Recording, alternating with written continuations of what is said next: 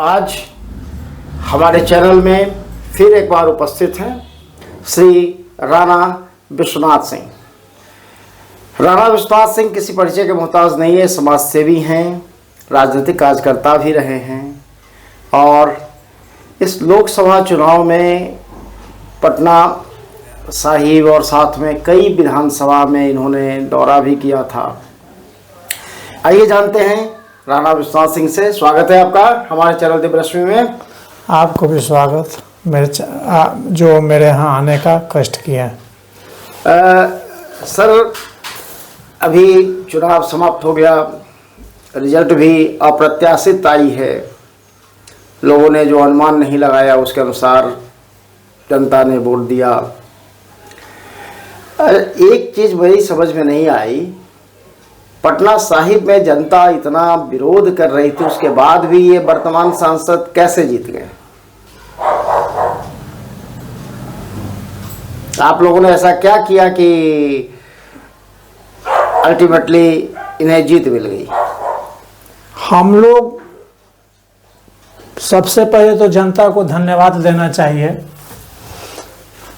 रविशंकर प्रसाद का जितना एक बहुत ही दुर्भाग्यपूर्ण काम है। एक हमारे मित्र हैं जो कि भारतीय जन क्रांति दल से खड़ा हुए थे, उनका वोट पड़ा, लेकिन जब गिनती हुई तो उनका वोट साफा है। इसलिए इससे साबित हो रहा है कि ईवीएम में भी गड़बड़ी हुई है।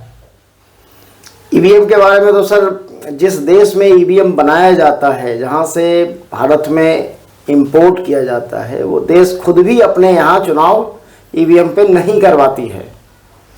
इसीलिए तो हमारे माननीय प्रधानमंत्री ईवीएम को छोड़ नहीं रहे हैं। लोग इतना उसके प्रति आक्रोश हैं, फिर भी ईवीएम को छोड़ नहीं है। लेकिन सच्चाई होती है।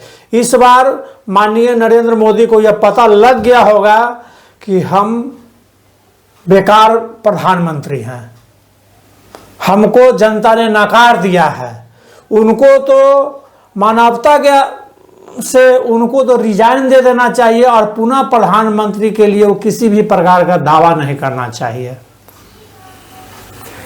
तो अगर प्रश्न ये उठता है कि अगर प्रधानमंत्री नरेंद्र मोदी जी नहीं बनेंगे तो आखिर कौन बनेगा?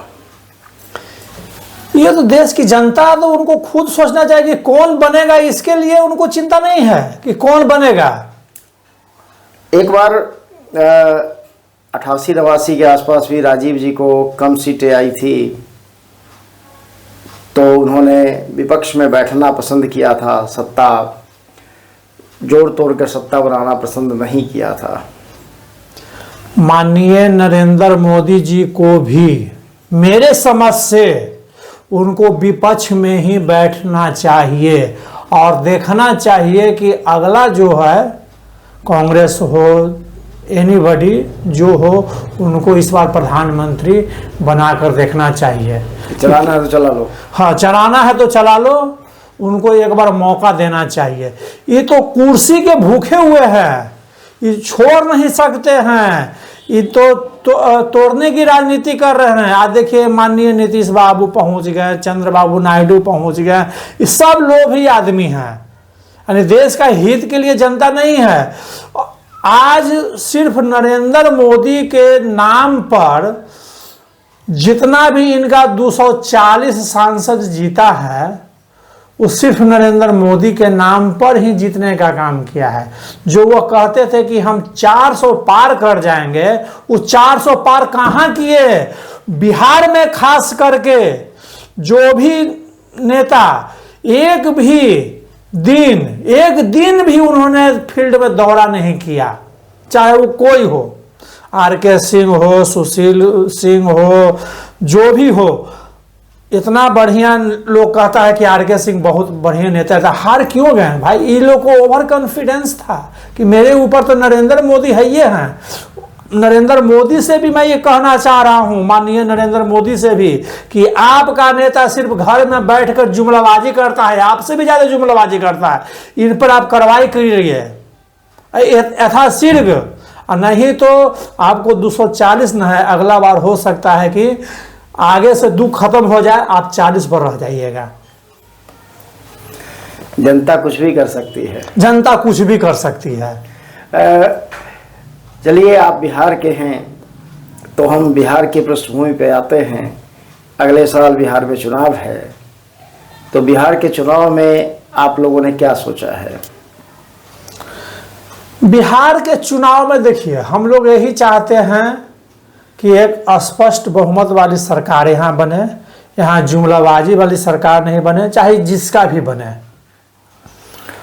यहाँ नीतीश जी ने शराबबंदी किया, लेकिन बैकडोर से शराब सबके घर में पहुंच गया, तो क्या इसकी समीक्षा नहीं करनी चाहिए? देखिए, नीतीश बाबू तो सिर्फ वो नरेंद्र मोदी से कम जुमलाबाज नहीं है। यह बालू बंद किए, बालू में खाली घोटाला हुआ।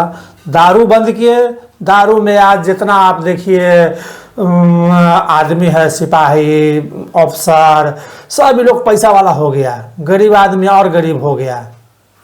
शराब तो सबके घर में पहुंच रही है। हाँ, शराब तो होम डिलीवरी है। ये तो अब सिर्फ अपना ईगो के चलते, इनमें ईगो हो गया है कि हम बोल दिए हैं कि शराब बंदी, तो फिर हम कैसे चालू कर दें। इनको उससे तो अच्छा रहता है कि शराब चालू कर देते, ताकि बिहार में रेवेन्यू आता। तो शराब नीतियों पर समीक्षा होनी चाहिए। जी एकदम 100% होनी चाहिए। और बिहार में बेरोजगारी, पलायन बहुत बड़ा मुद्दा है। कोई भी घर ऐसा नहीं बचा है हाँ। जिस घर से लोग पलायन नहीं किए होंगे।